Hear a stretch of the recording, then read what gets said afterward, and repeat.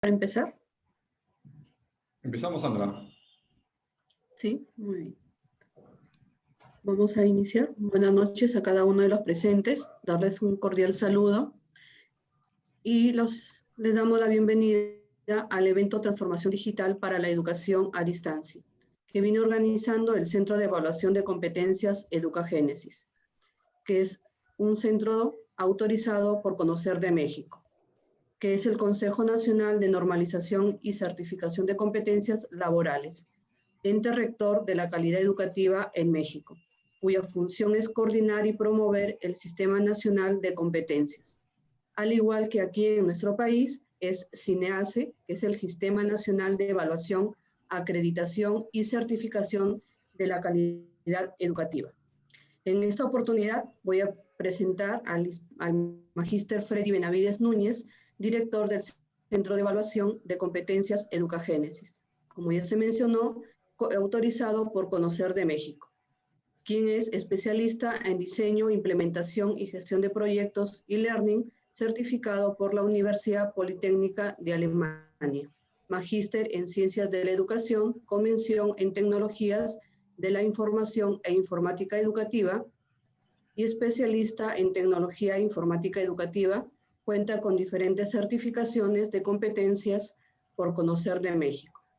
Le doy el pase a Freddy. Gracias a cada uno de ustedes y estar atentos a las presentaciones que va a hacer cada uno de los ponentes. Freddy. Muchas gracias, ingeniera Sandra. Bueno, bienvenidos cada uno de los presentes. Para mí es un gusto poder encontrarnos esta noche. Les doy la más cordial bienvenida a este webinar denominado Retos y Desafíos de la Educación Virtual, con uno de los ponentes, y la otra presentación, que es Educación y Uso de Tecnologías de la Información. Estas dos ponencias se desarrollan en el marco del ciclo de webinares denominado Transformación Digital para la Educación a Distancia. Este ciclo de webinares, como ya se había mencionado, es una iniciativa del Centro de Evaluación de Competencias, Educagénesis. Nosotros nos encontramos en Perú y el día de hoy nos encontramos con dos expositores mexicanos que justamente buscamos reflexionar acerca de la necesidad de la transformación digital para una educación a distancia, con la finalidad de contribuir a la mejora continua dentro de los procesos de enseñanza a través de los entornos virtuales de aprendizaje. Asimismo, también es importante mencionar que el Estado peruano viene implementando diferentes políticas. Dentro de ellas, la Política Nacional de la Competitividad y Productividad, también la Política Nacional para el Desarrollo de la Ciencia, la Tecnología e Innovación Tecnológica. Y últimamente también corresponde a la Política Nacional de Transformación Digital, que la preside la PCM, a través de la Secretaría de Gobierno Electrónico. Entonces, antes de poder presentar a los expositores, es importante que reflexionemos en realidad si nosotros somos ciudadanos digitales y qué implica ser un ciudadano digital, ¿no? Y cuáles son esos retos, cuáles son esos desafíos que estamos justamente enfrentándonos en este mundo digitalizado. Entonces, vamos a escuchar hoy día a los expositores y sin más preámbulo, vamos a presentar a los expositores el día de hoy. El día de hoy nos acompaña el doctor Ricardo Sarmiento Bermúdez. Él es ingeniero en sistemas computacionales, también es maestro en telecomunicaciones y comercio electrónico, es tutor certificado o práctica educativa innovadora con tecnología digital integrada.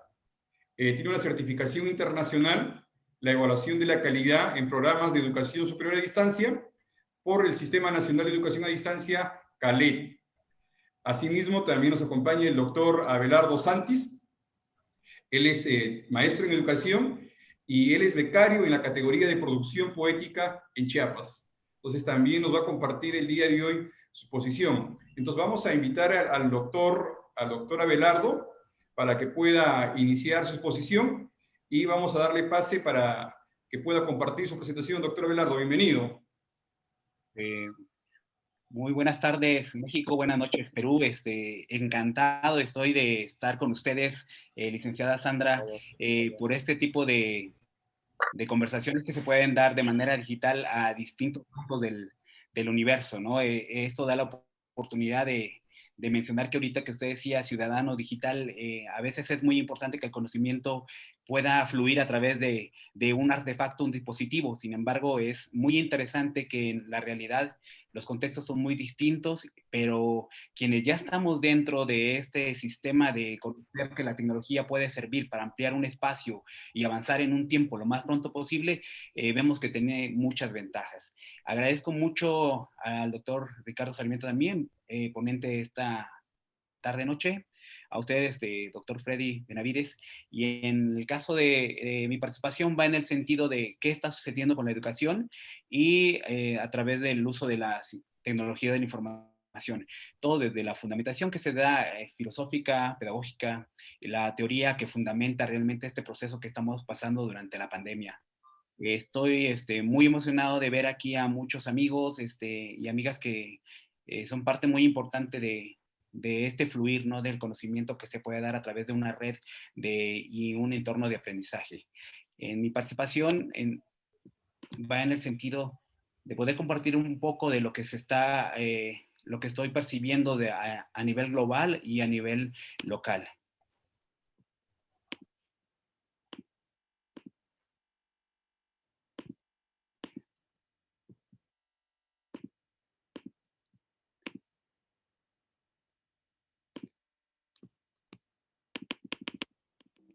Muy bien. En mi participación, actualmente estoy por terminar el doctorado. Soy doctorante de la Universidad de San Cristóbal, en el estado de, de Chiapas, México. Y agradezco muchísimo a Educagénesis, así como también a toda la red internacional para la transformación digital y educación en línea. Muy bien. Nosotros nos preguntamos actualmente en dos perspectivas lo que está sucediendo con las TIC en la educación. Por ejemplo, desde el pensamiento del docente y el pensamiento de lo que está sucediendo con los alumnos. Este proceso de enseñanza-aprendizaje nos lleva a considerar que no solo hay dos perspectivas, sino que tenemos que determinar que históricamente las tecnologías han tenido que ver con la educación, así como también con la filosofía, la pedagogía y la psicología.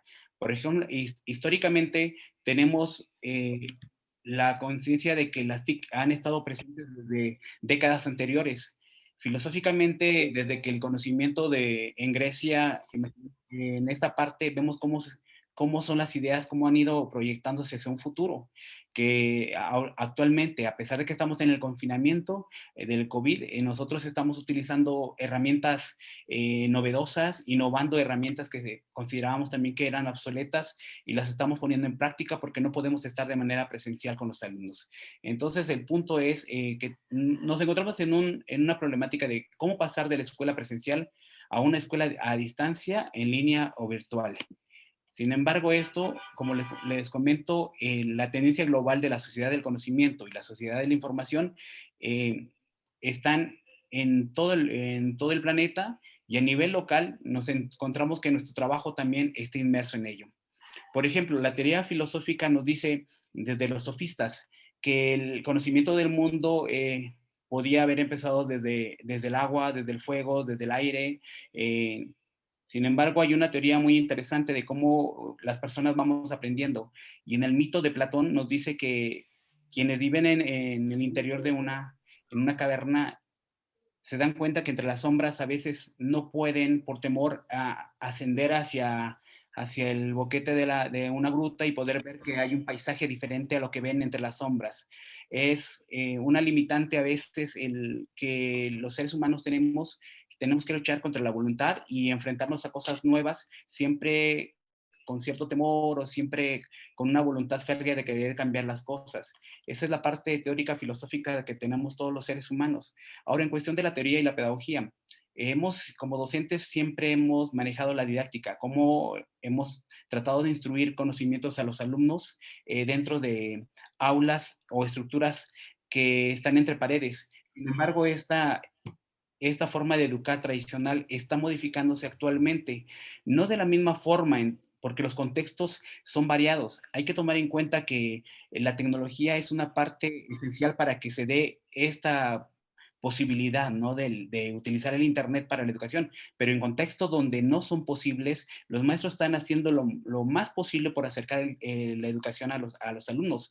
Muchas de las experiencias exitosas que están habiendo actualmente desde aquí en México, desde marzo pasado que se terminó en un ciclo escolar de manera no presencial y actualmente haber iniciado otro ciclo escolar 2020-2021, vemos que cada docente, cada maestro hacen lo mejor posible su trabajo por seguir manteniendo ese rol protagónico de enseñar a los alumnos. A pesar de que los planes y programas digan que el alumno esté en el centro de toda nuestra forma de enseñar, los maestros buscan la forma de cómo acercarse. Esta es la cuestión de la teoría pedagógica que nosotros nos enseñan que pues, se ha pasado del conductismo al cognitivismo y ahora al constructivismo. Sin embargo, ahora bajo una herramienta que se llama tecnología. En esta cuestión influye mucho la teoría psicológica. En un principio, la educación pensaba que debía de modificar comportamientos, luego modificar pensamientos, luego modificar la forma en cómo se hacían las cosas. Y actualmente vemos que el propósito general de la educación es que los niños, por lo menos, puedan aprender a hacer, puedan ser y puedan conocer, de manera que ellos puedan aprender en un mundo donde las competencias son muy importantes. Cada uno de los docentes hacen el trabajo lo mejor posible dentro de sus propias realidades. Sin embargo, esta norma, ahora con la llegada del Internet y de las tecnologías, en el caso de México, tenemos una educación a través de televisión que tiene altibajos, porque los contextos también determinan la formación, el saber utilizar el televisor con contenido educativo. Por eso es muy importante que se les dé prioridad a los docentes, que ellos puedan innovar y ser creativos y sentirse a gusto con lo que están haciendo, porque son la parte fundamental para este uso de las nuevas tecnologías. No se puede llegar al uso de la tecnología educativa de una manera opresiva, presionante, coercitiva, porque uno debe de buscar que las tecnologías sean una herramienta, pero sean una herramienta que cause o provoque un ambiente de aprendizaje donde sea fundamental para potencializar conocimientos o aprendizajes. Sin embargo, ¿cómo llegan estas tecnologías a la escuela primaria? Es un reto y un desafío para la cultura digital de los estudiantes y los docentes. Es como una especie de panal. Nosotros en México tenemos escuelas urbanas con una infraestructura suficiente como para poder acceder inmediatamente al uso de las tecnologías. Pero fuera de las escuelas, muchas de las familias presentan una brecha no digital, sino presentan una brecha económica o socioeconómica que hace que sean familias extensas donde un dispositivo tenga que servir para uno o a cinco hijos dentro de una familia. Es un ejemplo nada alentador para el uso de las tecnologías en el caso de los docentes.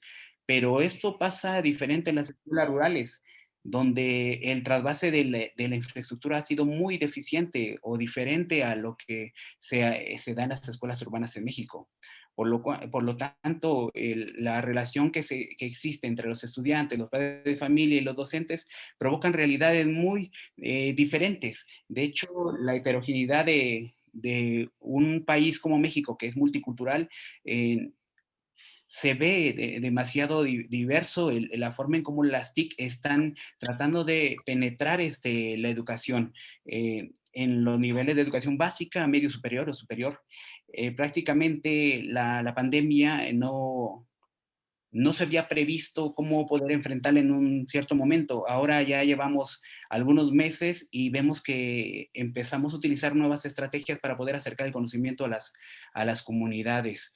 Sin embargo, todo esto tiene un principio, ¿no? La tecnología educativa, empezando desde la década de 1920, estamos hablando que ya la tecnología quería empezar a trabajar dentro de la escuela y haciendo ciertos experimentos como el de Sidney L. Presley, donde es una máquina automatizaba respuestas de manera que se dieran las respuestas correctas.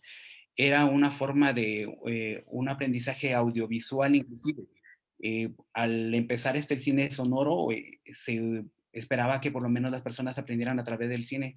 Tenemos una realidad ahorita, estamos aprendiendo en México a través de la televisión, sin embargo, pues tiene claroscuros esa forma de enseñanza. Posteriormente, en 1950, llegamos al aspecto conductual, ¿no? Frederick Skinner también hizo los intentos para poder hacer una enseñanza programada. Se trataba de poner en una máquina parecida a esta, aquí se colocaban las respuestas correctas, el alumno apretaba el botón y veía si realmente concordaba. Era como un tipo de pasar de preguntas simples a complejas. Sin embargo, esta incursión ha llevado a nuevos dispositivos.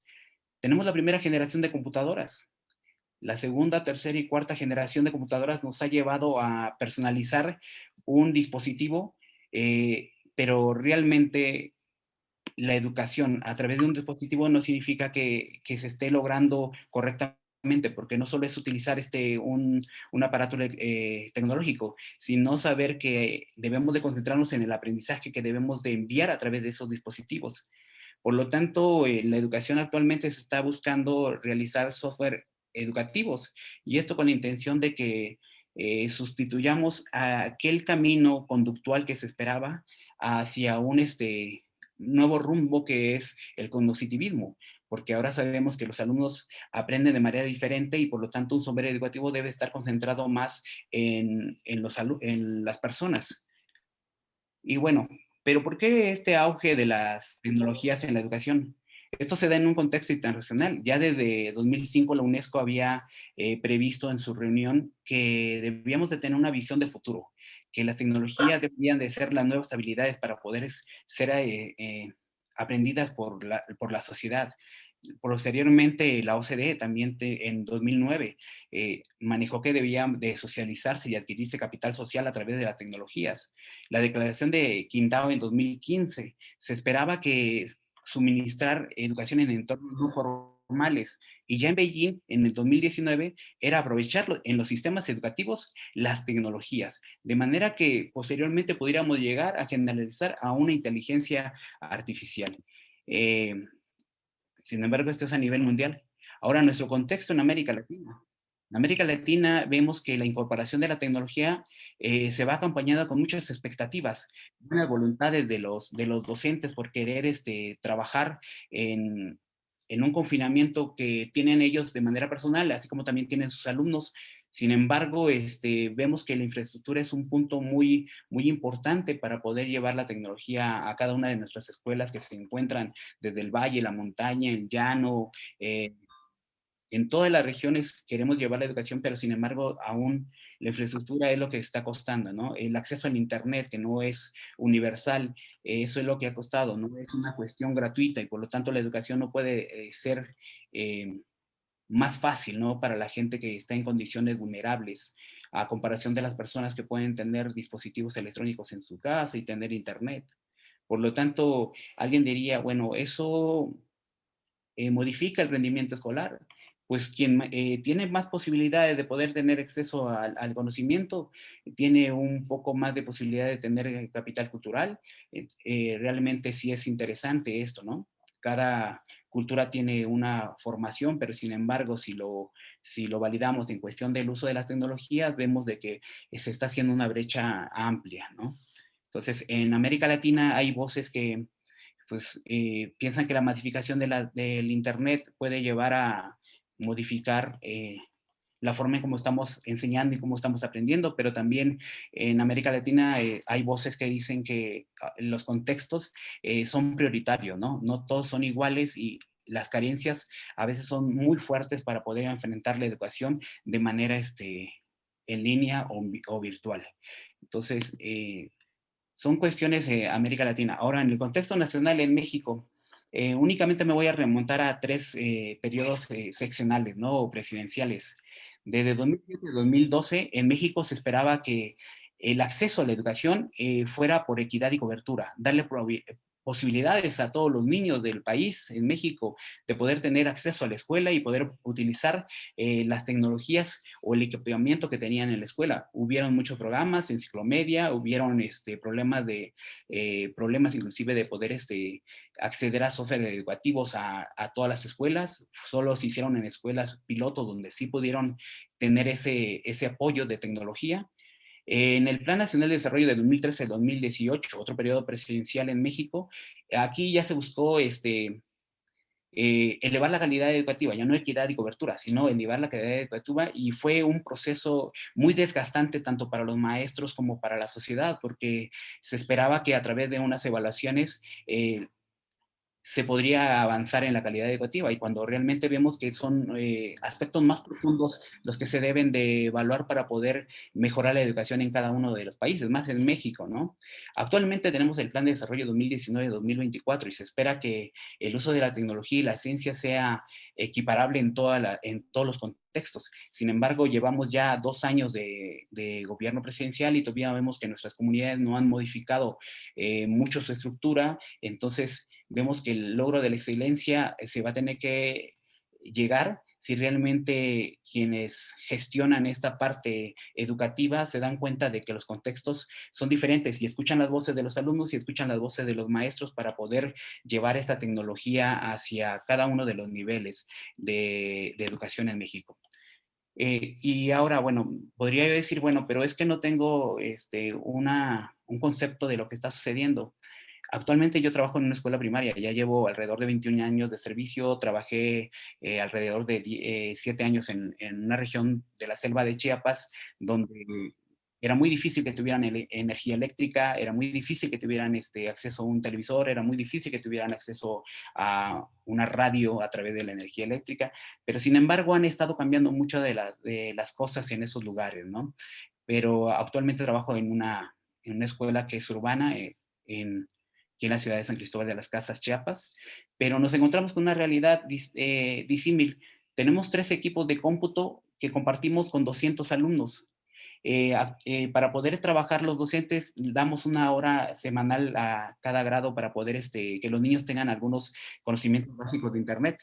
Y ahora que ya no están en la escuela, las familias se han visto enfrentadas a que el celular que utiliza papá o mamá tiene que utilizarlo el hijo mientras puede, en un horario que no es de 9 a 12 del día como se tiene previsto, ¿no? Trabajar en las escuelas primarias, o de 9 a 12 del día en preescolar, o ya sea de 7 de la mañana a 3 de la tarde en secundaria. Y pues yo creo que los maestros nos enfrentamos a una característica de que no perdemos el ánimo, ¿no? De querer acercar el conocimiento todavía a nuestros alumnos. Sin embargo, nos enfrentamos a ciertos dilemas. O sea, seguimos con este tipo de educación sincrónica, de querer hacerlo todo al mismo tiempo, o ya nos acostumbramos a la sincronía de que en cualquier momento podemos enseñar y poder corregir trabajo de nuestros alumnos. Esto pues, nos lleva a otro punto, ¿no? O sea, tiene potencialidades las tecnologías y tienen limitaciones para transformar la escuela primaria, pues nos damos cuenta que quienes ya estamos inmersos en el uso de dispositivos tecnológicos, vemos que las herramientas nos pueden ayudar muchísimo, pero las herramientas no lo son todo. Tenemos que tener un proyecto o un objetivo y un propósito educativo para poder hacer uso de esas herramientas. Entre las limitaciones vemos que pues las familias carecen a veces lo primero que están viendo es tener las necesidades básicas de su familia y posteriormente poder tener acceso a un dispositivo tecnológico para poder acercarse a la escuela. Entonces, sí está siendo algo complicado en México. Ahora, esta incorporación de las TIC a la educación tradicional viene aunado a las políticas que se están llevando a cabo en nuestro país. Primero se debe de modificar ya el currículum y los modos de gestión en la escuela. El currículo debe ser un poco más flexible porque el horario que se puede mantenerse uno en la computadora o en el celular debe ser menos que las horas que estábamos en la escuela presencial, porque los chicos tienen que estar más activos con esta herramienta tecnológica. Ahora, que necesitamos una infraestructura y equipamiento tecnológico en cada una de nuestras escuelas, o por lo menos en un centro donde pueda absorber y los niños puedan llegar y tomar los conocimientos que necesitan. Ahora, la política educativa dice que los docentes son muy importantes. ¿Por qué? Porque deben de estar capacitándose constantemente para poder dominar ya no solo el dispositivo, sino todas las aplicaciones, todas las plataformas posibles que puedan hacer mejor su trabajo, ¿no? Y poder acceder a que puedan tener mejor acceso a sus alumnos. Ahora, la equidad educativa y alumnos, nos damos cuenta de que quienes están trabajando en línea, los niños están avanzando de una manera que digamos en un 60% bien, pero los demás chicos que no tienen las posibilidades están recibiendo cuadernillos o impresiones de actividades que hacen sus maestros y se los llevan hasta las escuelas, están viéndose una vez a cada semana, 15 días. Entonces vemos que esta política educativa en México debe de modificarse si toma en cuenta las voces de los alumnos, de los padres de familia y de los docentes, que son los que están realmente trabajando en el lugar, ¿no? Y son los que ven la realidad, el contexto de lo que están viviendo. Ahora, por ejemplo, las consideraciones finales sobre mi posición. Las innovaciones tecnológicas educativas sí están cambiando la enseñanza, sí están transformando la dinámica dentro de una escuela presencial a una escuela en línea o virtual, pero también están demostrando las tecnologías que son muy insuficientes porque tienen que transformar una práctica pedagógica.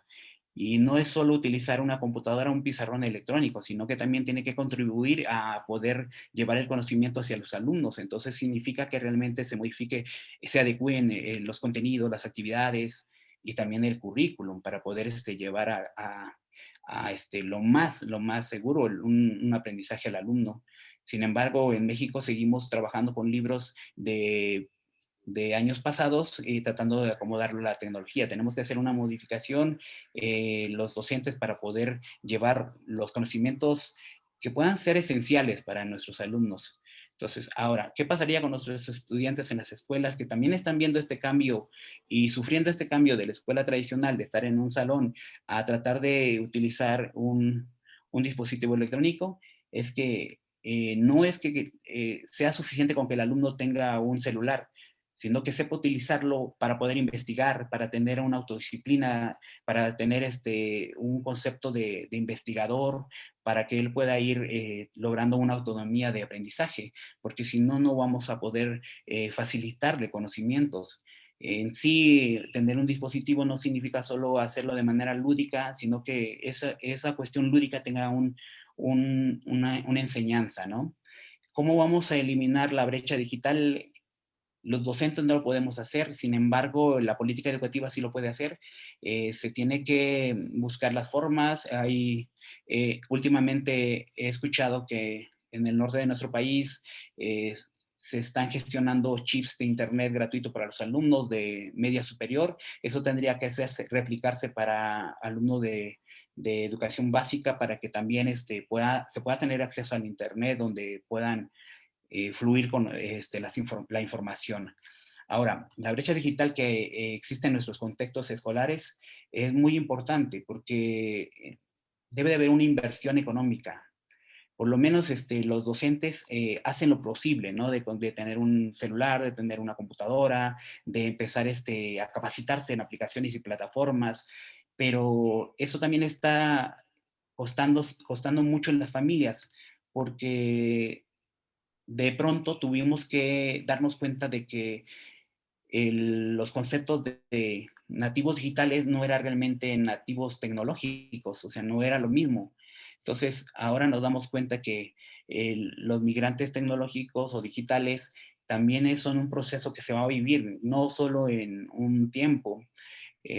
Necesitamos aprender a superar esta pandemia o el confinamiento a través de actualizarnos y ver cómo la información que está fluyendo en todo el mundo puede ayudar a flexibilizar el conocimiento, pero también enseñar. O sea, debemos de ponernos a pensar ahora qué es lo que se espera del fin de la educación, ¿no? Al fin de cuentas, ¿qué esperamos que aprendan con este tipo de escuela que vamos a realizar con el uso de las TIC?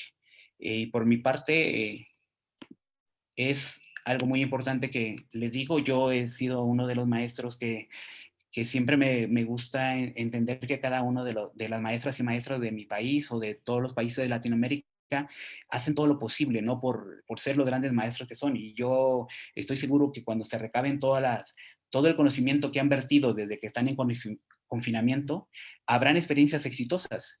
Yo los conmigo no a que no pierdan esa vinculación con los padres de familia, a pesar de que nada más exista un celular o una computadora de 30 alumnos que tengamos en nuestras escuelas o estemos muy retirados, busquemos la manera de ser creativos, de conectarnos con ellos para poder seguir manteniendo esta educación a distancia lo mejor posible. Entonces, ahora sí le digo a los docentes, pues tenemos que buscar prepararnos en competencias digitales, tener disponibilidad, tener creatividad inclusive, ser flexibles con los contenidos que estamos enviando a los alumnos y esta experiencia previa de lo que nos está pasando, darle cabida para que motive a otros maestros. Estoy muy agradecido de que todo el mundo está trabajando en la forma posible que puede. No hay que denostar el trabajo de los maestros ni el trabajo de lo que hacen los alumnos. Nadie está preparado para poder enfrentar de una manera muy fácil, ¿no? El acceso de la educación a distancia a través de las tecnologías, pero sin embargo vamos caminando poco a poco. Por lo tanto, llegará un momento que podremos evaluar nuestras competencias de lo que hemos obtenido en este punto, ¿no? Al fin de cuentas, yo tengo unas cuantas preguntas, pero no sé si aún corresponde o lo dejamos para después de la participación de mi compañero. Sí, al final vamos justamente a responder las preguntas, Abelardo, porque también hay otras preguntas por parte de los asistentes. ¿Te parece, por favor? Al final. Sí, perfecto. Muy bien. Excelente, entonces, Abelardo, muy bien, gracias por compartirnos la experiencia del trabajo que realizas. Y si bien es cierto, hay muchas cosas en común con nuestro país, ¿no? Sobre la brecha digital de la accesibilidad, de la conectividad, y vamos a justamente analizar al final de la exposición también del doctor Ricardo y responder algunas inquietudes, de tal manera que podamos arribar a algunas conclusiones en esta reunión. Entonces vamos a dar pase al doctor Ricardo. Estimado Ricardo, adelante, por favor. Activa tu micrófono, por favor. Listo, muy bien. Adelante. Freddy, buenas noches. Red Internacional, muchas gracias por la invitación. Sandra, nuevamente, gracias por ese convenio, esa relación académico.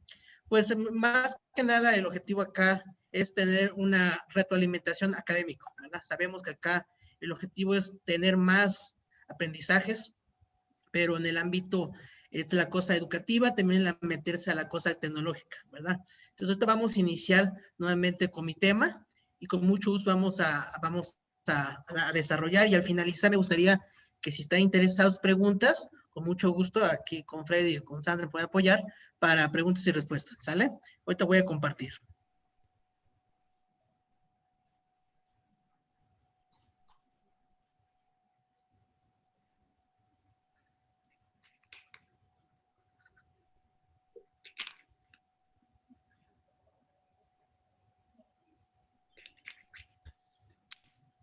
Perfecto. Sí lo ven bien, ¿verdad? Sí. Perfecto. Bueno, buenas noches, colegas. Me es un gusto saludar a Ricardo Sarmiento, México, Chiapas. Mi tema que vamos a desarrollar es retos y desafíos de la educación virtual, ¿verdad? Como antecedente, me gustaría platicarles brevemente como un antecedente. Gracias al COVID, digamos así, ¿qué es lo que pasó? Ustedes saben que ahorita el uso de la educación tiene mucha importancia, de cualquier nivel, desde nivel básico hasta nivel posgrado. Pero ¿qué es lo que pasó con el COVID? Teníamos clases presenciales, como decía antes. Libro, salón, es lo que tradicionalmente antes se hacía, pues, envío de las tareas, antecedentes. Después, posteriormente, la que estábamos, antes de febrero o marzo de este año, teníamos clases presenciales, de cualquier nivel, ¿sí? Presenciales, tradicional, pues ustedes lo saben que las modalidades, hay 3 modalidades, la que manejamos a nivel nacional y a nivel mundial, ¿sí? Yo le calculo que un 80, el 30, el 70% abarca más presenciales. Pero ¿qué pasó después del COVID? La pregunta, ¿qué pasó del COVID? No nos dijeron anticipadamente, ¿saben qué? En tal mes vamos a ir a clases virtuales. No hubo nada. Fue de una semana, 2 días, ¿saben qué? Maestros, alumnos se suspenden solo por el problema del COVID. O sea, no hubo ni una semana, o sea, fue rápido esto. ¿Qué es lo que pasó? Ahorita la conectividad es el eje principal para los aprendizajes ahorita. Sí. Si se dan cuenta ahorita, pues lo manejamos todo vía híbridos o 100% a distancia. ¿Sí? Pero ¿qué es? O sea, y eso como docentes, como alumnos, no teníamos esa capacitación. ¿Sí? Yo les apuesto que los maestros que somos presenciales, ¿cuándo sabíamos entrar a la modalidad online?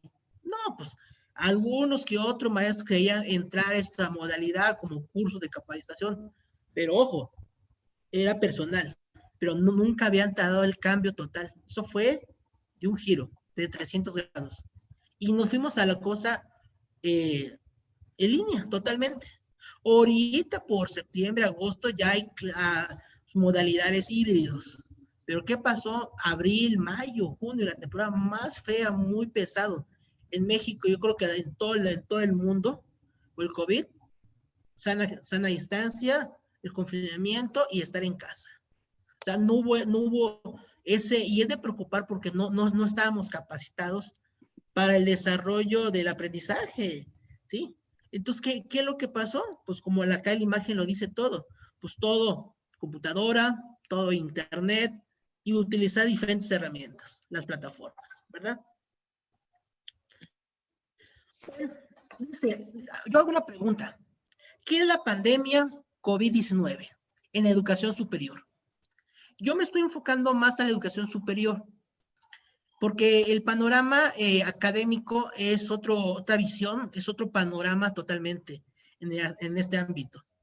Les comento estas frases y quiero que al finalizar me comenten si es cierto o falso. Como anillo al dedo, instituciones educativas superiores. ¿Sí? Decía uno, digitales como educación en línea. Órale. Segundo, ¿cómo soja el cuello? Nuevamente, instituciones de educación superior sin transformación digital.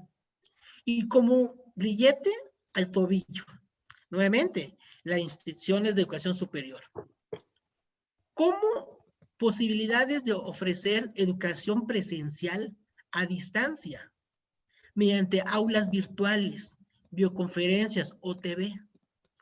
Si se dan cuenta, son frases que en México lo escuchamos mucho, pero no sé si allá en Centroamérica, Sudamérica, son frases tradicionales, costumbres, ¿sí? Que de detalles, frases, es lo que se está dando. Dice, el apagón de la educación presencial. Dice uno, ¿por qué el apagón? Pues desde marzo, aquí en México, desde marzo no tenemos clases presenciales. Les comento, en agosto, septiembre, estamos llegando a una modalidad híbrido, ¿verdad? Híbrido, pero por regular, universidades a nivel nacional, totalmente a distancia, ¿sí? Entonces, mi pregunta, ¿dónde quedó la educación presencial? Y hasta por eso puse una frase, el apagón de la educación presencial, se apagó, hasta el momento. ¿Cuándo vamos a regresar? No sabemos, ¿sí? No les podemos decir que ya en diciembre la vacuna, que enero, febrero, no se sabe. Aquí en México en esta temporada ya empieza noviembre, diciembre, empieza la temporada de invierno y con mayor riesgos, más que nada. Enero son las temporadas aquí en esa zona muy fría, donde estamos nosotros. Entonces, se dan cuenta que de repente cambió, un cambio de 360, y el apagón de la modalidad de educación presencial, hasta el momento, está apagado. Ok. Lo que acá es un diagrama, un esquema. La educación básica, preescolar, kinder, primaria y secundaria.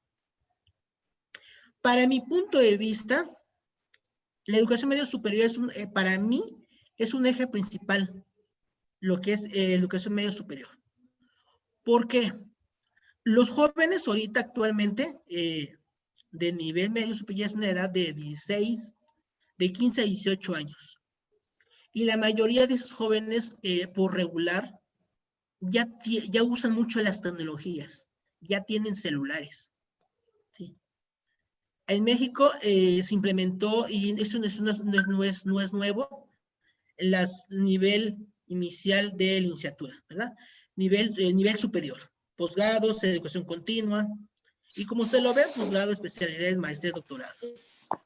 ¿Sí? Educación permanente, que actualmente nos da mucho interés de seguir preparándonos por el interés como el docente, seguir el desarrollo personal y la capacitación, que es el secreto, ¿sí? La formación continua, ¿verdad? Y la capacitación. Creo que son ejes principales, en mi punto de vista. El posgrado de la educación continua debe de ser continuo. Es como un médico. Un médico no se actualiza, se queda. No hay, por ejemplo, si hay medicamentos nuevos, ¿sí? Si no, el doctor se actualiza, se queda. Es igual el docente. Hablamos de cualquier nivel. Tienes que tener el interés, la iniciativa de actualizarse, de capacitarse, ¿sí? Y como último, la jubilación, ¿verdad? Pero ¿qué es lo que pasa todo? Si se dan cuenta, a partir el esquema de abajo es el MOOC. Los MOOC, que ahorita son cursos masivos, ¿sí? Los cursos, un curso de tecnología educativa, por ejemplo, de internet, de ejemplo, no van a abrir cursos de 500 alumnos, son de 1000, 3000 alumnos. Son masivos, cursos masivos. Y es un curso, más que son cursos por regular, son cursos intensivos, gratuitos, y te ayuda a tener un autoaprendizaje, una autogestión, un aprendizaje, pero una reflexión personal. Pero les comento, ¿por qué les comenté al inicio sobre el bachillerato? Actualmente, les comento, los jóvenes de 15 a 18 años, la mayoría de los jóvenes tienen otra mentalidad diferente. Ya no son los mismos niños de hace 10 años. Si ves un niño de 1 año, 2 años, los niños ya con el celular de papá, ya empiezan a manejar el celular. En los kinder ya te piden tablet. Ya son niños digitales. Ahora se ponen a pensar usted en el bachillerato, ¿cómo está funcionando ahorita? La mayoría de muchachos, ellos sí tienen WhatsApp, tienen YouTube, saben utilizar las herramientas tecnológicas. Entonces, yo pensaba eso. Creo que aquí ni la iniciativa que meterse a la educación media superior implementando la educación a distancia. En México está la prepa en línea, que se creó en el 2014. ¿Sí? Entonces, y a partir de licenciaturas, les voy a comentar, les voy a compartir toda la estructura en México de las universidades. Pero sí, hay que tener mucho interés en el esquema, cómo se desarrolla este ámbito de este curso, ¿verdad? Ok. Siguiente. Miren, es un libro muy conocido, es eso. Hay muchas propuestas sobre cómo será la vida, la sociedad y la educación en 2030. Sin embargo, el único seguro es que los cambios que acompañan a la revolución industrial 4.0 y la vida 3.0. Les comento, la Núñez es el eje principal a nivel nacional de México de todas las universidades. Y me acuerdo todavía el año pasado salió un artículo de la Núñez 2030. En las propuestas que quería que el gobierno federal que se presentara el 2030. Era un esquema. ¿Pero qué pasó? Nos restaron 10 años. las propuestas que teníamos implementando, se disminuyó de 2030 a 2020. O sea, 10 años nos restaron. ¿Por qué? Porque no sabíamos la pandemia, no sabíamos, por la misma necesidad, hubo un cambio.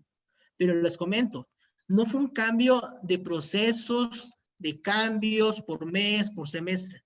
Fue de días. De repente, maestros, no hay por la pandemia. ¿Qué se hace? Por eso por eso les comento, estos dos libros muy interesantes, La Revolución Integral 4.0, es un cambio enorme, enorme.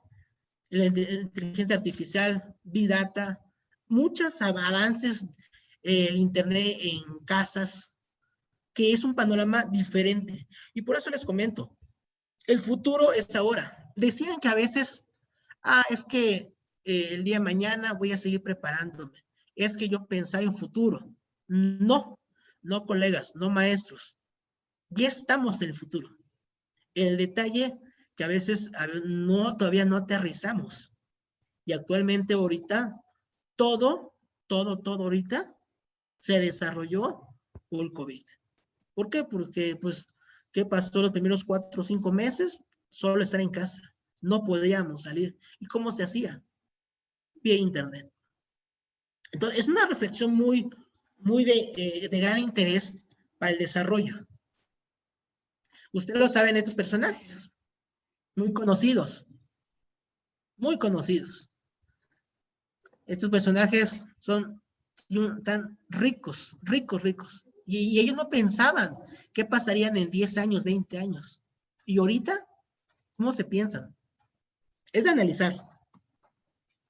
Ok, les comento. Toda la estructura que acá muestra, dice la transformación digital, una gestión de conocimientos. Procesos en marcha. En educación superior, la cooperación pública y privada. Ojo. Dentro de las políticas públicas. Acá les comento, es un esquema básico. Hay muchas universidades, pero todas esas universidades ya está en una red de una educación online, una educación a distancia. UNED, una escuela muy reconocida, año de los años, fue el pionero de la educación a distancia. Después de la UNAD, que es la Universidad Abierta a Distancia de Colombia. UNIR también, universidad internacional, porque tienen campus en todo el mundo. Esas son las universidades a nivel internacional. Pero México también, como antecedente, la Universidad de Guadalajara, la Universidad de Veracruz, el Politécnico, el TEC Monterrey, la UNAM, la UNAD. Es un esquema de universidades de que aquí en México, el pionero en educación a distancia, el TEC Monterrey. Fue el pionero que se desarrolló en este ámbito, ¿sí? Pero ¿qué es lo que pasó ahorita? Ahorita todas las universidades, todas, ya están en una modalidad a distancia. La UNAD, les comento, les comparto, la UNAD se creó en el 2013, ¿sí? Es una universidad, digamos, nueva, llevamos ya 8 años ahorita, llevamos una modalidad 100% online, a distancia, y es de gobierno. El gobierno público, por eso les comenté acá al inicio. En la educación superior, la cooperación entre públicas y privadas. Pero el eje principal son las políticas públicas. La Universidad de Distancia de México es pública, es de la SEP a nivel nacional, que muestra muchas carreras, ahorita les muestro, pero una educación en línea, totalmente a distancia. Que se llama Universidad Abierta a Distancia de México. Y ya todas las diferentes universidades tienen en línea y presencial, pero con base a unas organizaciones como Espacio Común de Educación Superior a Distancia o el Espacio Común de Educación Superior en Línea. Son grupos, organizaciones que hay una red nacional e internacional. Entonces, ese esquema quiere decir que en México no se sintió mucho, pero las universidades que estamos en el ámbito presencial, sí se sintió bastante. Les comparto esto. Miren, acá en el esquema principal, les comenté lo que es privadas y públicos. Las de abajo, la ITAM, el TEC Monterrey, ¿sí? UNIR, son universidades privadas, ¿sí? Pero tienen una modalidad presencial o en línea, ¿vale? Esa es la parte que quiero que vean que tenían el esquema principal. Y las en el ámbito públicas, ¿sí? Ahí está la UNAM, la UNAT, ¿sí? Son universidades de gobierno que tienen una modalidad, por ejemplo, la UNAM tiene modalidad mixta. ¿Por qué? Porque pueden tener presenciales y en línea o a distancia, ¿verdad? Tiene estas dos versiones. Entonces, tener cuidado cómo se cambian las dos.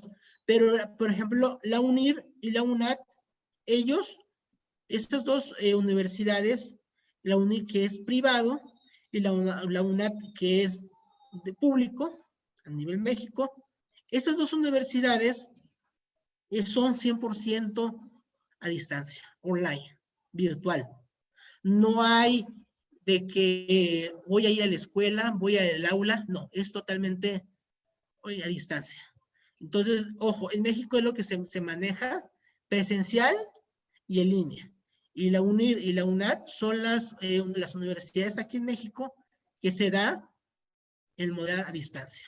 Pero en las que están en modalidad mixta, que son presenciales, y en línea son las que se demuestran.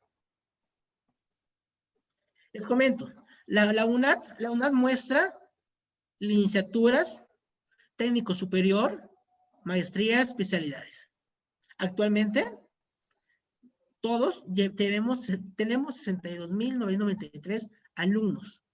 De licenciatura, 59,825. O sea, a nivel nacional. ¿Y qué lo pedimos? La UNAT pide calidad y pertinencia en las acciones. ¿Sí? Y ojo, acá no te pide solo jóvenes de bachillerato. O sea, no te pide la edad. Entonces, hay que analizar. Acá no te pide la edad, te pide solo tu bachillerato. Y si tú quieres iniciar, adelante. Pero, ¿qué es lo que pasa? Esa matrícula muestra del 2019 como fuente. Entonces, la UNAD de lo que estamos buscando, una modalidad a distancia, con todas las licenciaturas, son 23 carreras. Pero, ¿qué pedimos principalmente? Las metas, las acciones, calidad y pertenencia. Como les comenté, son 23 licenciaturas y 19 técnicas superiores, ¿sí? De parte de la Secretaría de Educación Pública, de la SEP. Y a nivel nacional, en toda la República Mexicana. Están toda la matrícula y diferentes estados. Mi pregunta, ¿la educación es sin fronteras? Sin fronteras. Yo tengo alumnos de Tijuana, de Sonora, de Yucatán, Instituto Federal. Eso, por eso yo le comento que la educación no tiene fronteras. Puede estar alumnos de España, de Perú, de Colombia. Cuando tienes el interés, tiene el alumno. O sea, yo creo que esa es la iniciativa. Tener un autoaprendizaje, una gestión y que sea reflexible en ese ámbito.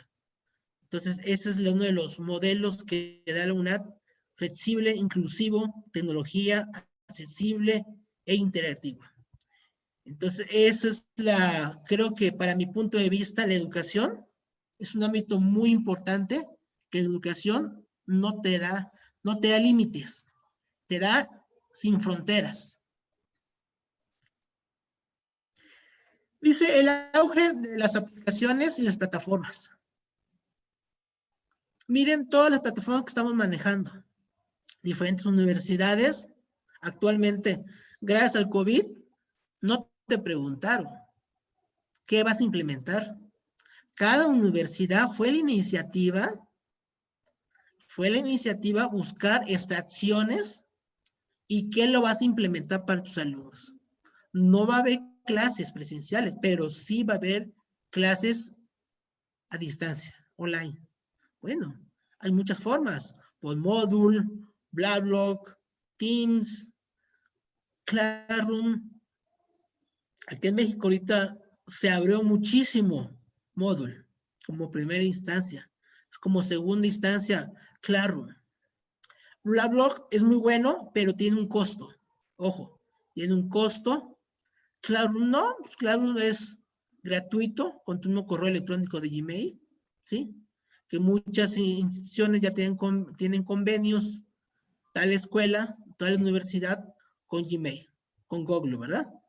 Y tiene muchas ventajas. Moodle es gratuito, muy bueno, te lo recomiendo, pero tienes que tener un buen servidor, buena infraestructura para no caer todos los alumnos, ¿verdad? Pero son diferentes formas que estamos aprendiendo. Pero aparte de las plataformas, las videoconferencias. ¿Qué pasó antes de febrero? Zoom se conocía, pero no era mucho. Ahorita, Zoom ya es parte de nuestra vida. Google Meet, GeoMeet, Skype, Cisco Web Script. O sea, son diferentes aplicaciones que te ayudan para las videoconferencias. Oh, pues algunos tienen costo, bueno, pero ya es parte de las universidades. Pero bueno, es un medio de videoconferencia que actualmente la misma necesidad te nace de ser urgente, es una necesidad. Pero les comento una cosa muy importante. El tradicional es el tradicional a tu computadora, que lo manejamos ahorita todos. Pero ¿cuál es online con la M online? ¿Cuál es la diferencia? La demanda, los dos ahorita. Y como le dijo el compañero hace rato, ahorita está dando mucho a los celulares. M es móvil. La M significa móvil. ¿Qué quiere decir? Una educación, pero por móvil. Aprendizaje móvil de aprendizaje. Es lo que significa la M, es de móvil. Entonces, ahorita los jóvenes, a mi experiencia, me ha tocado jóvenes de nivel medio superior, no todos tienen computadoras, pero sí tienen celulares. Entonces, si tú montas una plataforma normal con toda la estructuración, y si tú dejas actividades en la plataforma vía celular, los alumnos sí lo utilizan. Y por eso les comento que ahorita están haciendo un cambio de la online tradicional que manejamos de tu casa con tu computadora a que cuando tengas un aprendizaje pero con tu celular, con tu móvil, ¿verdad? Entonces, creo que son esquemas principales que estamos viendo un panorama aquí en México, pero no solo en México, creo que en todos los países ahorita, no sé, que me comente Freddy ahorita, ¿cómo está Perú? Porque ahorita todas las universidades ahorita a nivel de Centroamérica, Sudamérica, pues estamos con la misma frecuencia, estamos con la misma sana distancia, no tenemos modalidad híbrida, es online. Entonces, ¿qué lo cambio? Un cambio total, totalmente en este ámbito. Les quiero compartir un tema que es la agenda digital en México. Este documento es un artículo que se creó por el Senado de México. Se llama Agenda Digital Educativa. Es un sistema que viene lo más nuevo en educación y tecnología. La tecnología de la información, ¿sí? Un tema principal que se desempeña de comunicación, de consumidor y aprendizaje digital. Nosotros manejamos FAUSTIC, pero ese es TIC-CAT, y eso significa información, comunicación, conocimiento y aprendizaje digital. ¿Cuál es el desafío? El desafío es muy importante. El desafío es una de las oportunidades de la modalidad abierto, virtual o a distancia. Eso viene, no lo digo yo, viene en la agenda. disminuir una brecha social que da respuesta a una inclusión educativa, a las instituciones educativas superiores. Son los diferentes escenarios en ambiente y entornos virtuales de aprendizaje personalizado para los estudiantes, así como los nuevos conocimientos de materia de estudiantes para afrontar los retos de los nuevos tiempos. ¿Sí? Miren, yo sí les comparto y me gustaría que se los voy a compartir ahorita acabando. Les voy a dar el link para que lo descarguen. Está muy, muy interesante esto. Es un tema de interés porque te cambia el panorama. Como dice el compañero, el Plan de Desarrollo Nacional 1924 sí estaba.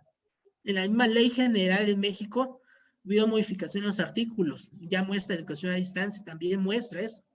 Pero ¿qué es lo que pasó? Nunca podíamos adivinar el cambio. No sabíamos. A Núñez decía que el 2030, Núñez 2030. Pero ¿qué pasó? Les recalco. Nos regresamos 10 años. Ya no fue 30, fue 20. Y ahorita, con el COVID, fue la necesidad de aprender cosas, pero ya, como docentes para los alumnos. El sistema educativo en América Latina y el Caribe han sido laboratorio de regiones del uso de los programas, proyectos que incorporan las tecnologías en los procesos de enseñanza-aprendizaje. La agenda digital para América Latina y Caribe, el 2018, se han convertido en una referencia sobre los procesos de sistematización y monitoreo de las principales políticas digitales, en particular los objetivos 14. Miren, ¿qué quiere decir eso? Te da un panorama como docente, como en el ámbito académico, te da un cambio diferente. Y esta agenda no muestra solo Perú, no Colombia, muestra a nivel Centroamérica, América Latina y Caribe. Entonces yo creo que con este panorama nos pueden abrir nuevas ideas, nuevos aprendizajes, nuevos criterios, ¿sí?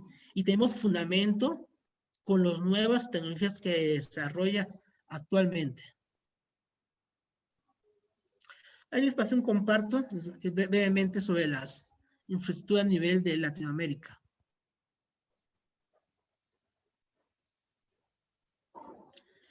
El COVID, resultado de los elementos que modulan como ser la educación al futuro. El futuro es ahora. Sociedad del aprendizaje, impacto tecnológico, ecosistema. Ojo, es muy importante el ecosistema que está desarrollando actualmente.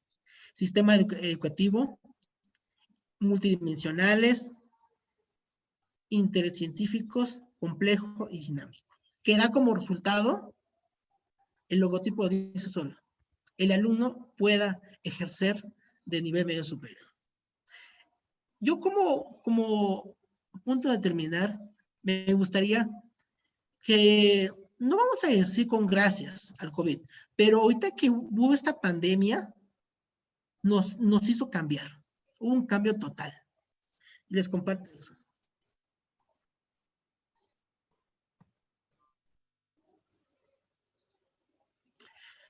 Las universidades deben de ofrecer una buena educación para crear una mejor sociedad, aprender a la misma velocidad que cambie la sociedad, innovación más rápido, sobresalir.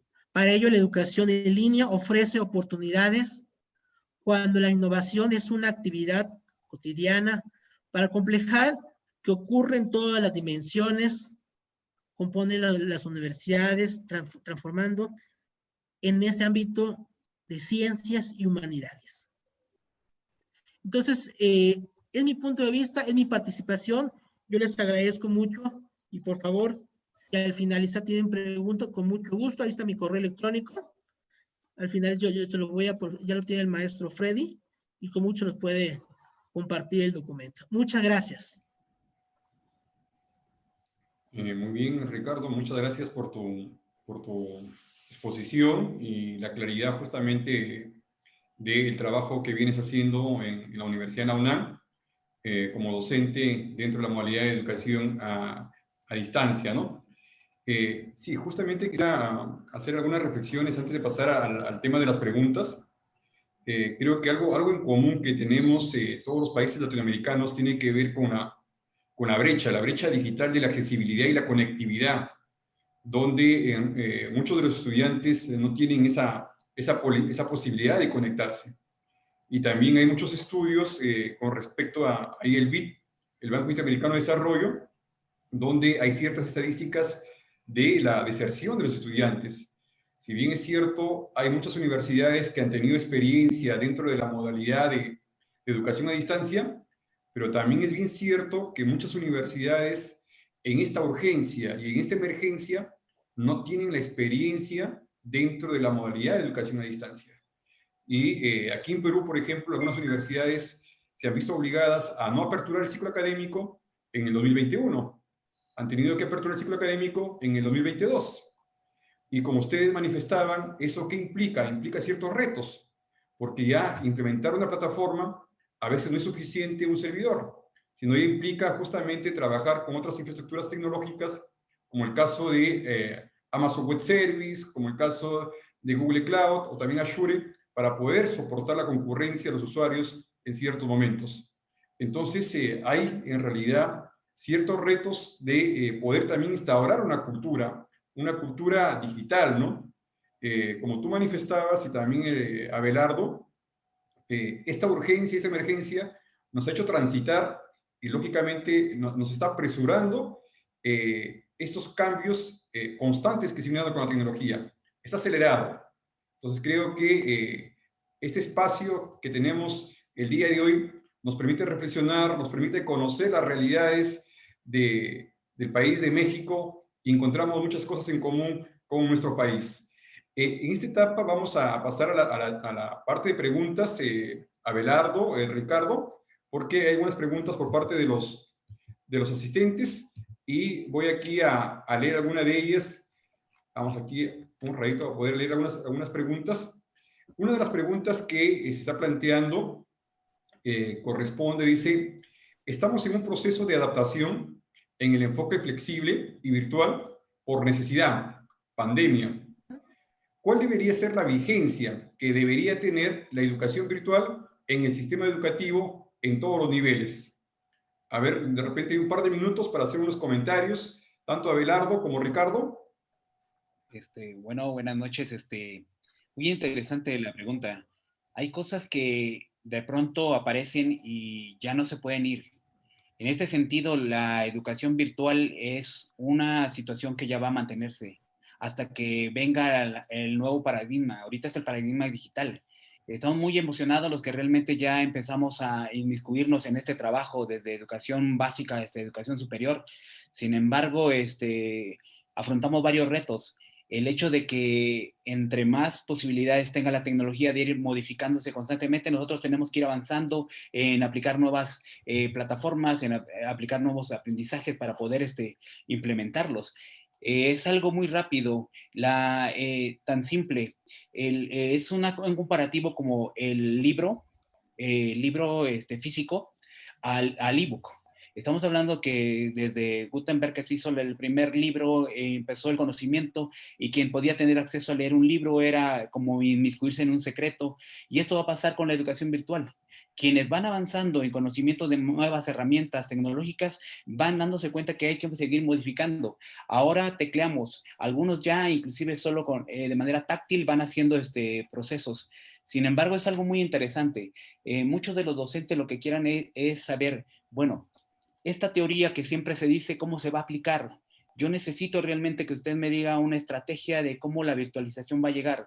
Pues le voy a decir, compañeros maestros y maestras, con un solo dispositivo del maestro o un dispositivo del alumno ya estamos haciendo esa sincronía, ya estamos dándole cabida a esa virtualización. Por lo tanto, es muy interesante que no nos desanimemos, empecemos con lo poco que haya. Todos los contextos son diferentes, pero sin embargo es algo muy fundamental que la persona que ya está capacitándose en ese sentido pueda aplicar lo poco que sabe o lo mucho que sabe para poder enseñar a otros más. O sea, para eso sirve el conocimiento.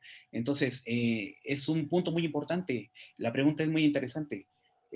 No pasamos del libro físico al libro digital, pero también ya luego vendrá un libro quizás en tercera dimensión y siempre vamos aprendiendo. Entonces, ¿cuánto tiempo va a mantenerse? Es hasta que alguien vuelva a dar otro nuevo paradigma, otra nueva forma de concebir el mundo y otro tipo de herramienta superior a la que se tienen ahorita. Excelente, Gracias. excelente, Muchas Abelardo. gracias. Muy bien. Gracias, Freddy. Gracias, Alberto. Pues mire, igual yo comparto la misma idea. Solo los comparto en este ámbito. COVID no se va. COVID ya se va, ya se quedó.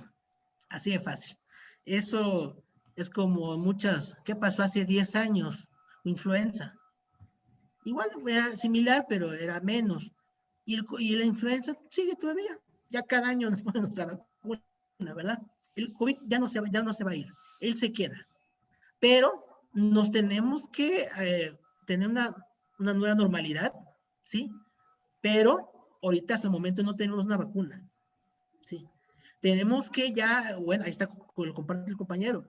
Creo que el interés del docente, buscar acciones, estrategias, y también por vía WhatsApp, les comparto que ahorita WhatsApp es un medio importantísimo en el ámbito de educación. La misma Secretaría de Educación Pública a nivel de medio superior comentan que el WhatsApp es una herramienta que ya es válido, ya es una herramienta aceptable, accesible, que ya puedes manejar.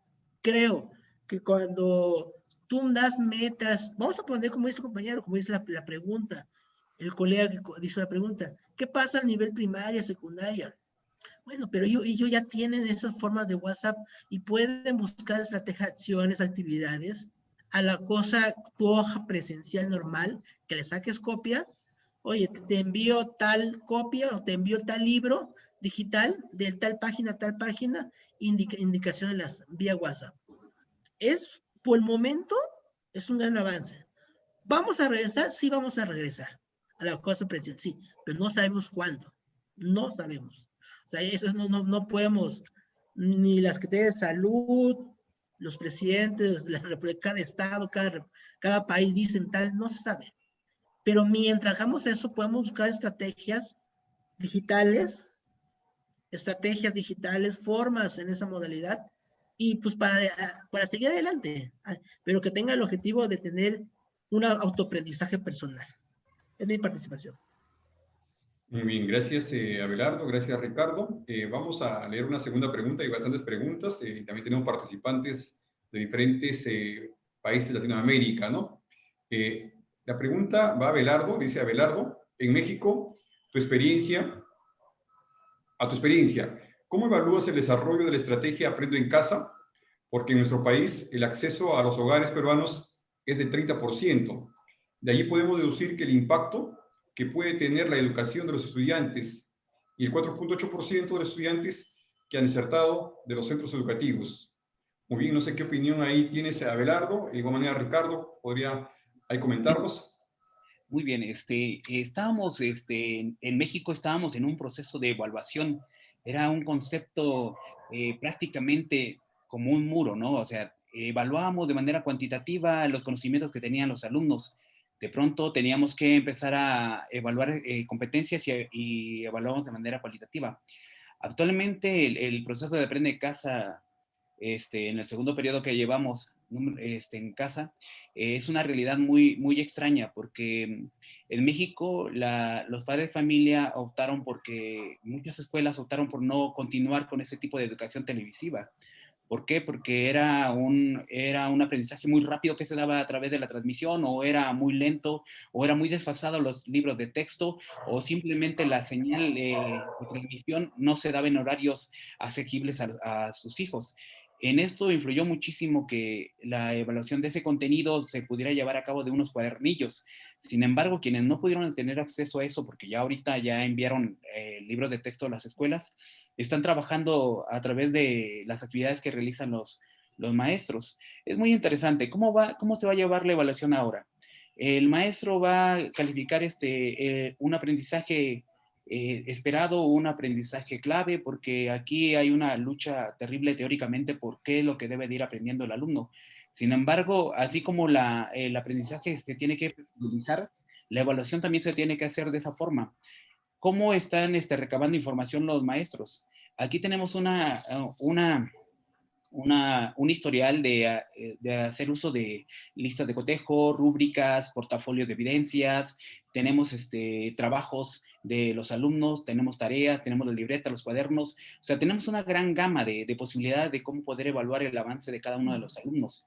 Sin embargo, hay una nueva modalidad, ¿no? Que se puede hacer evaluaciones a través del sistema del uso de un dispositivo electrónico como es el móvil, el celular, de poder enviar evaluaciones que se pueden digitalizar o evaluaciones que se envían y se imprimen en casa y se vuelven a regresar. Sin embargo, cada uno tiene un contexto diferente.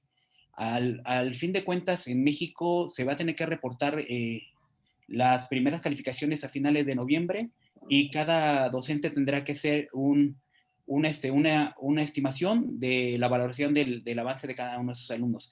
¿Qué va a suceder con los alumnos que han desertado de este tipo de educación a distancia también? Porque no logran hacer la cantidad de actividades que envía el maestro y se han alejado un poco de la escuela. Por eso yo estoy firmemente que para poder hacer una evaluación real, el maestro tiene que vincular lo mejor posible a la familia o a los padres de familia de sus alumnos, para que ellos no busquen la forma de cómo desertar.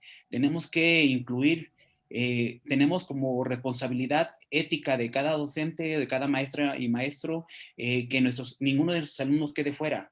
Desde antes que no tuviéramos las tecnologías, los maestros en México han caminado hasta sus comunidades, hasta las escuelas más retiradas, tratando de buscar alumnos y tratando de llevar los conocimientos. O sea, yo sigo insistiendo que para poder evaluar esta vez tenemos que ver toda la gama de posibilidades que tengamos para recabar información e ir concentrándolas, ir concentrando.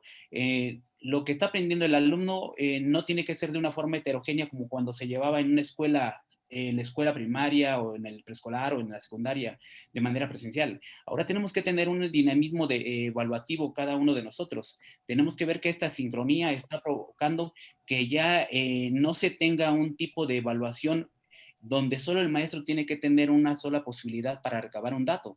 Hay muchas posibilidades de que nos demos cuenta si nuestros alumnos están aprendiendo, pero sí es fundamental que en cualquier región de México el maestro sea el gestor de las mejores posibilidades de que los alumnos aprendan.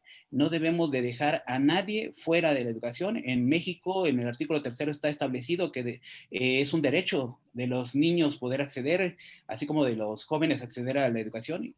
Y es fundamental que los maestros nos acerquemos a ellos, a las familias, acerquemos nuestra posibilidad lo más que podamos para poder hacer una evaluación real.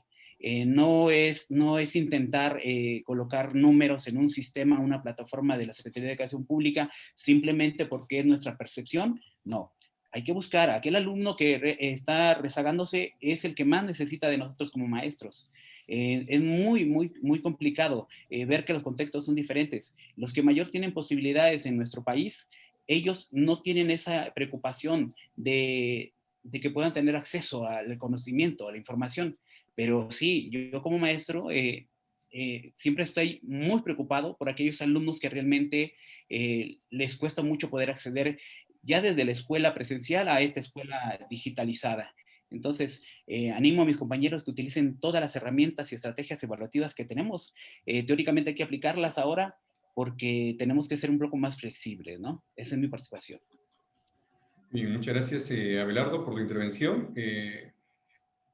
Vamos a, no sé si Ricardo quiere comentar algo o leemos la siguiente pregunta. Gracias, Freddy. Solo una aportación breve para lo que dice Abelardo. Tiene toda la razón. México ha tenido muchos problemas. A nivel nacional, no hubo buena aceptación de la casa en TV, porque no todo, hay mucha pobreza. Imagínate, en la casa tienes 5 hijos, 3 hijos, ¿y cómo lo vas a dividir? 5 pantallas, no se puede. Pero puede ser una manera, actualmente lo que se está dando, hacer una modalidad híbrida, ¿sí? Y los padres de la familia van a tener muy acompañamiento, te van a dar el apoyo en las comunidades cuando tú ves que llega el maestro una vez a la semana, vamos a ponerle así, híbrido. Creo que los padres de familia te van a dar una buena aceptación, los mismos alumnos. O sea, yo creo que también si no hay muchas TVs en casa, la versión 2.0, que es ahora que empezó en agosto, bueno, utilizar una estrategia adicional en lo que es híbrido, que es lo que está dando mucho ahorita en este ámbito, la modalidad híbrido, muchos se están dando. En lo que es el ámbito educativo, laboralmente también se está, ahorita está empezando en este agosto, septiembre empezó una modalidad híbrido también. Es mi participación. Sí, muchas gracias, Ricardo. Sí, justamente los expertos educativos mencionan que la pospandemia ya se habla de una educación híbrida, ¿no? No podemos estar hablando de regresar a esa normalidad de 100% presencial. Como mencionaba, tenemos participantes de todos los países, tenemos de Colombia, tenemos de Ecuador. Aquí voy a leer una intervención de Gladys. Hola Gladys, gusto de que estés participando. Gladys nos dice, buenas noches con todos. Trabajo en la Universidad Técnica del Norte de la ciudad de Ibarra, Ecuador, y estamos en las mismas circunstancias, dice. Toda la actividad docente se está realizando de manera virtual.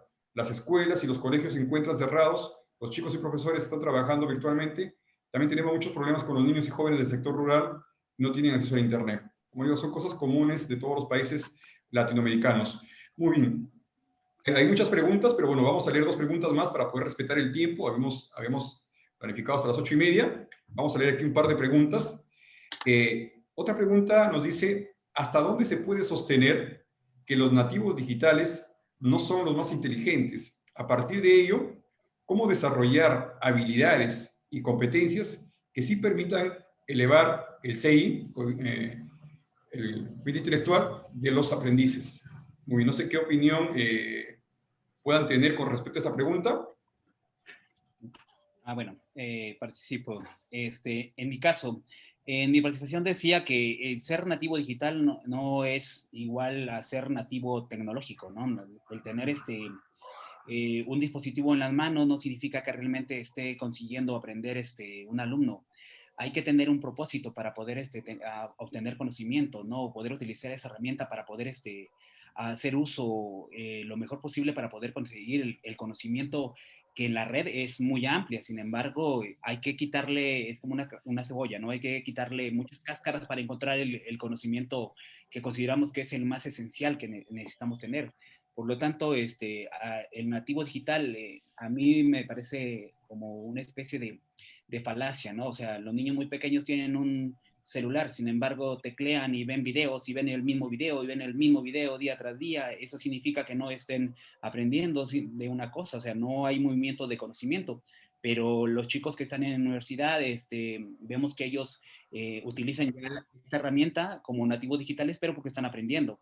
Entonces, un dispositivo, solo contar con un dispositivo en forma física no significa que realmente estén utilizando con un propósito de aprendizaje. Entonces, ¿hasta dónde queda el nativo digital? Es de que simplemente que la generación que ha aparecido desde que ya está la tecnología en dispositivos personales y movibles, significa que pues ellos les tocó este tiempo, pero sin embargo hay un aprendizaje que se puede utilizar dentro de eso. Cada dispositivo tiene nuevas aplicaciones que se pueden utilizar para aprender. Entonces, hasta ahí mi participación. Muy bien, gracias Abelardo. Ricardo. Perfecto. Pues mire, en el mismo caso, ahorita estaban comentando la cosa digital.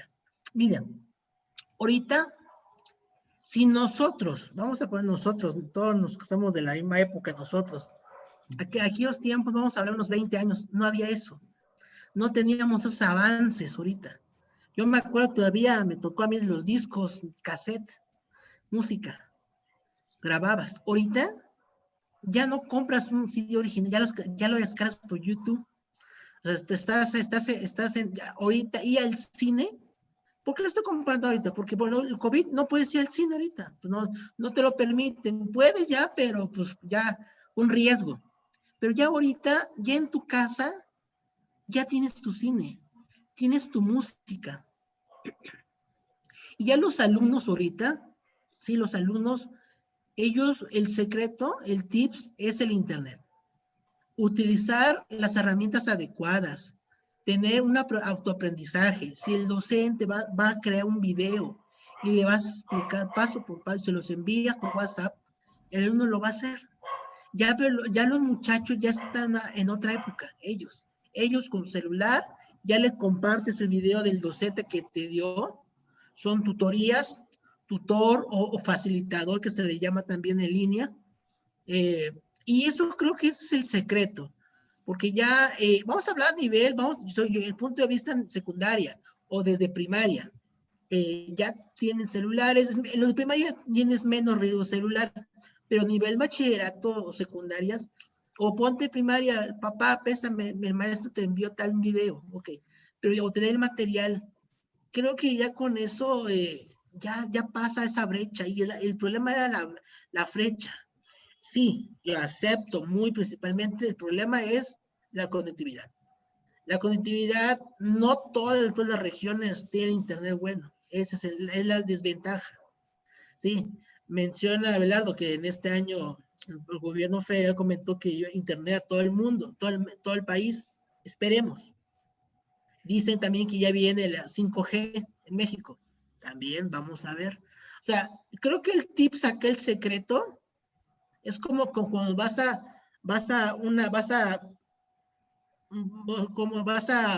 tener una guerra, o vas a apostar. Si va a haber internet de buena calidad, internet, el alumno solito va, solito. Pero en México, sinceramente, pues no sé en otros países, y creo que la compañera que comenté hace rato, Ecuador, pues es lo mismo, es el mismo problema que tenemos, es el mismo problema, tenemos mucha semejantes, sí, porque pues las plataformas, el internet, pero creo que el interés de cada uno, cada docente, que tenga un plus más, un interés, se puede. Pero el secreto, yo a mi punto de vista, que necesitaba el docente del tips para que el alumno pueda pasar esta brecha. Es mi participación. Muy bien, Ricardo. También está levantando la mano John Jairo Muñoz Gaviria. Él es coordinador de la Red TUVIR, Red Internacional para la Transformación Digital y Educación en Línea en Colombia. Adelante, John. Vamos a escucharte, por favor. Muy buenas noches, muchas gracias, Freddy. Muchas gracias, señor Abelardo. Muchas gracias, señor Ricardo. Me parece muy interesante lo que ustedes hasta el momento han propuesto. Tengo una pregunta. Mire, resulta de que yo también soy docente y conozco un poquito sobre lo que están hablando. Y entonces sabemos, y como lo dijo pues hace poco el señor Abelardo y también el señor Ricardo, ya sabemos que este COVID-19 se va a quedar. O sea, esto no va a cambiar demasiado. Los modelos que se están proponiendo de educación y de formación, en Colombia por lo menos se está proponiendo un modelo que se llama de alternancia, que es en el que un grupo de ese grupo de estudiantes, o sea, una parte de ese grupo de estudiantes va a estar presencial y otra parte va a estar virtual. Me parece pues una cosa un poquito ridícula, porque pues igual va a ser el 50% en el salón y el 50% en su casa, y al otro día intercambian ese 50%. Entonces no sé por qué mover ese 50%. Me parece un poquito absurdo. Pero sí sabemos que de un momento a otro la presencialidad es un concepto muy fuerte en la educación. La mayoría de las personas, o muchas de las personas, o por lo menos acá en Colombia, prefieren la presencialidad. Tienen varios argumentos. Unos es que la interacción entre estudiantes y el docente hace que la dinámica de aprendizaje sea mucho más amplia, que sea mayor, que sea más rápida, y que pues se comparten espacios que ayudan y fomentan el conocimiento. Y eso es bastante interesante. hay un concepto que no sé si se aplica para todo el mundo, pero seguramente la mayoría, en América sí sucede, y es que la mayoría de los americanos no somos muy ávidos leyendo, no nos gusta mucho la lectura, y entonces en el concepto de esta distancia educativa, pues se proponen varios textos, se propone que la persona sea muy autodidacta y que tenga un compromiso muy fuerte personal con la lectura. Entonces, pues eso hace que la educación a distancia sea un poquito complicada. ¿Qué piensan ustedes? O sea, ¿cómo ven ustedes el concepto de que la educación necesita, exista o no exista el COVID, necesita sacarse de los salones y los estudiantes, nosotros y nuestros estudiantes y los que vendrán a futuro, necesitarán y deberán aprender a leer, aprender a ser autodidactas y aprender a tener esa responsabilidad personal con su propio conocimiento, porque las dinámicas económicas requieren que las personas cada vez le dediquen más tiempo al trabajo, más tiempo a conseguir los recursos que se requieren para pagar la educación, que cada vez es más costosa, la alimentación, que cada vez es más complicada, en un mundo donde cada vez es más amplio el horario, el horario laboral. ¿Qué piensan ustedes sobre si se debe entonces, o sea, es el momento de aprovechar y decirle a la gente, mire, vamos que esto va a seguir así, y si, aunque cambie, la mejor dinámica es que tú estudies de una manera un poquito más distante que presencial? Te evitas gastos en tiempo, en recorrido, en tiempo laboral, bueno, una cantidad de cosas que son ventajas de la educación a distancia y virtual. Muchas gracias, Freddy. Muchas gracias, Ricardo y Abelardo. Bien, gracias, gracias, John. A ver, no sé si Abelardo o Ricardo. ¿Empiezo? Si quieres, Abelardo, síguele tú y después sigo yo. Para que... En mi caso, es algo que siempre nos cuestionamos nosotros los maestros, ¿no? Durante la Revolución Industrial, era una falacia el hecho de que las máquinas iban a venir a ayudar al bienestar de la humanidad. La falacia ahora que se espera de la tecnología es de que van a venir a ayudar a la educación. Sin embargo, yo tengo previsto algo, o sea, puede estar la tecnología, pero el sentido humano de vertir conocimientos a los alumnos es hacerlo sin exclusión de nadie. En México también va a haber un proceso similar cuando regresemos a semáforo verde y podamos regresar de manera presencial a las escuelas. Se espera que el lunes y martes vaya el 50% de alumnos que están inscritos en un grupo, y martes y jueves vayan el otro 50%, y aquí sí hay una tercera parte diferente que allá de Colombia, que el día viernes van los alumnos que tienen mayores necesidades educativas o de aprendizaje. Sin embargo, estoy seguro que cuando llegue ese momento y tengamos que consensar, los padres de familias van a decir, maestro, mejor metamos ya el 100% totalmente a las escuelas. ¿Por qué? Porque implica que yo trabajo de lunes a viernes y con quién dejo mis hijos en casa. Si ahora están pasando por una dinámica de que quién cuida a los hijos, en parte la escuela en un tiempo servía para que los niños estuvieran seguros mientras los padres de familia estaban trabajando. ¿A esto a quién le beneficiaba? Al sistema económico, pero también porque era una necesidad económica de poder tener sustento en las familias. Y es muy cierto, ¿no? O sea, el hecho de que se tenga que buscar la manera de que saquemos la escuela hacia afuera, ya se está dando desde el ingreso del Internet. Nos damos cuenta que el rol del maestro ha fungido como el de facilitador. Los alumnos aprenden fuera del aula, aprenden de manera diferente, pero entonces, ¿qué se tiene que hacer? Simplemente que si se da un proceso, porque no podemos mantener el modelo tradicional de maestro frente a un grupo de alumnos o estudiantes, tener que buscar que esa vinculación no se pierda entre el maestro y esa sincronía o asincronía o sincronía que se dé a través de un dispositivo tecnológico se siga manteniendo con los alumnos. Ahora, sí, ¿dónde quedaría el papel del maestro? ¿Será que lo están desechando como en la Revolución Industrial, sacándolo, abaratándole el trabajo? Porque prácticamente con la tecnología ahorita se trabaja ya no de 9 a 2 de la tarde, tienes que estar pendiente de tus alumnos, de las preguntas que te hagan, corrigiendo trabajos, enviándole sugerencias, pero sin embargo es una dinámica diferente. te da más tiempo, yo creo que te da un poquito más de posibilidades también de trabajar diferente, pero sí hay que cuidar mucho algo que se llama actualmente la enfermedad del estrés.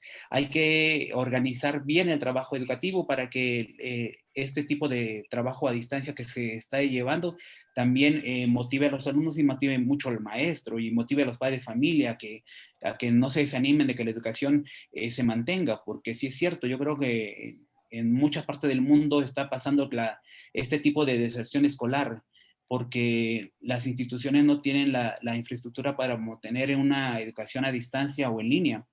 Y no solo, sí es cierto, en México yo sé de universitarios que han dejado la carrera en stand-by porque esperan que cuando se regrese de manera presencial ya puedan escuchar a su maestro, tenerlo en viva voz, físicamente enfrente de ellos y poder aprender, ¿no? O sea, se siente algo frío y sombrío el estar detrás de un cristal o de la pantalla del ordenador. Sin embargo, yo creo que hay que hacer las adecuaciones. Los maestros tenemos que hacer las adecuaciones pertinentes en el momento que llegue este tipo de alternancia o de modelo híbrido, de manera que evitemos la exclusión de nuestros alumnos. Hay que preocuparnos mucho por aquellos que no tienen el acceso a las tecnologías todavía. Hay que a humanizar mucho con esas familias que tienen muchos hijos y ver cómo están buscando la manera de que tengan acceso al conocimiento de la escuela. La escuela no se va a perder, así como las universidades no se van a perder. Están renovando. Sin embargo, como institutos, como infraestructura se van a mantener todavía, porque desde ahí se está vertiendo la información a través de los dispositivos tecnológicos. Hasta ahí mi participación. Muy bien, gracias, Abelardo. Gracias. Adelante, Ricardo. Lo que dice el maestro Jairo tiene toda la razón. Puntos muy importantes. Pero un tema principal acá es un alumno normal presencial y un alumno en línea es totalmente diferente. Es total. No puedes decir, y te imaginas, de repente, entre unos meses, te fuiste a una modalidad online. De repente. ¿Sí? El detalle, que el secreto acá, la cosa muy sentimental, es la cosa emocional. El docente, el alumno, y como dice, el alumno no ves al maestro, profe, me permite, voy a salir. O sea, no hay nada de eso. Es muy frío, sí, muy frío, pero también vamos a tomar las ventajas que el alumno entra a sus tiempos, no te dice los lunes de 7 a 9. El alumno es flexible a las horas que él lo desee, sí, a los tiempos, a sus necesidades. Claro, tienes que tener, el secreto es flexible y un acompañamiento de tu docente. Sí, no está presencial, pero ahí es la parte que también la cosa del docente tienes que tener la cosa, parte de psicología, parte emocional, cómo vas a dar clases en línea, tener esa confianza y seguir adelante. Como dice el maestro también, la cosa de lectura es muy importante. Sin la lectura, el alumno reprueba, no pasa la asignatura a la carrera en línea. Tienes que estar en México, que es lo mismo. En México es con muchas cosas semejantes, y no creo que en México, en toda Latinoamérica. Está mucho el detalle que la lectura no te va a estar acompañando. Si yo te digo, Freddy, por favor, Abelardo, la tarea, por favor, lo voy a solicitar hasta mañana, a las 10 de la mañana. O sea, es autónomo, es la autonomía, es un autoaprendizaje. El alumno, él lo va a hacer personal, pero el detalle es que tenga interés y que tenga una cosa emocional, porque si el emocional dice ya no quiero más, ahí lo va a dejar. Esa es una de las ventajas de esta modalidad. El detalle que esto es, esperemos que sea temporal. México a nivel superior, pues ya es otro ámbito, pero sí es muy difícil, mucha deserción, sí, muchos rezagos, sí.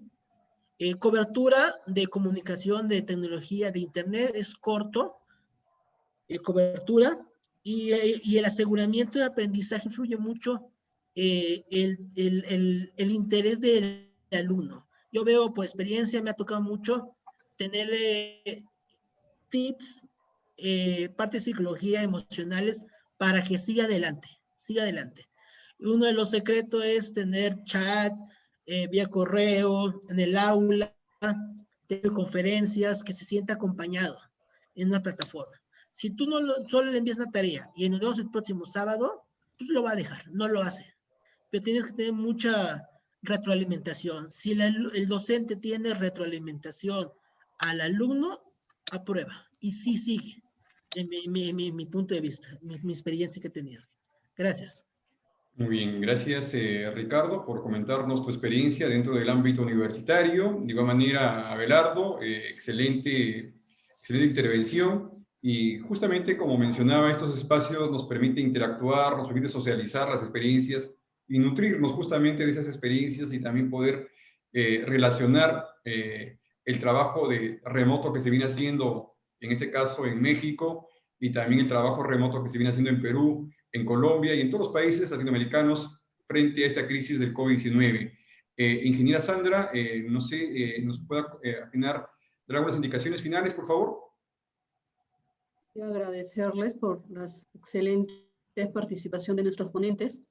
Nos han ilustrado de una forma bastante clara y han especificado que los inconvenientes que se han presentado en estas, gracias al COVID, por decirlo de esta forma, nos hace frente a nuevos escenarios, nos ha retado para poder, en este caso, los docentes tener habilidades digitales.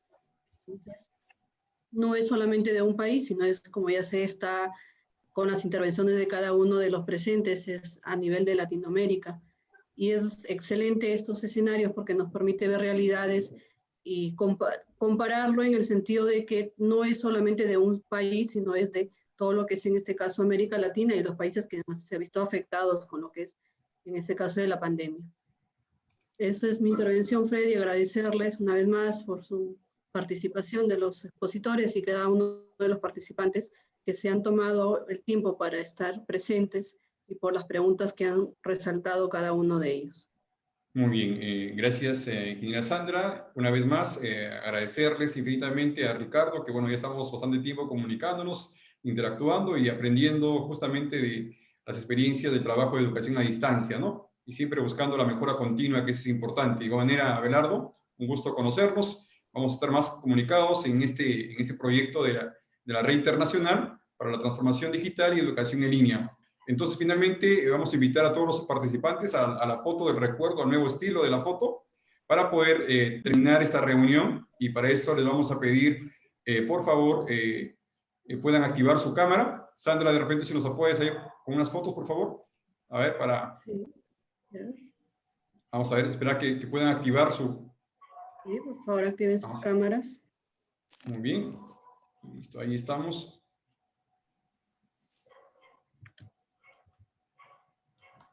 A ver, una. Un ratito, Freddy. Muy bien, vamos a esperar ahí, por favor, a ver.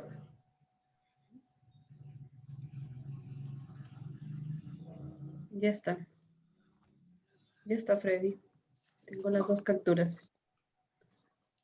Listo, Muy bien. Freddy. Muy bien, entonces una vez más agradecerles y también invitarles a la próxima semana un ratito para poder compartir. Invitarles a la próxima semana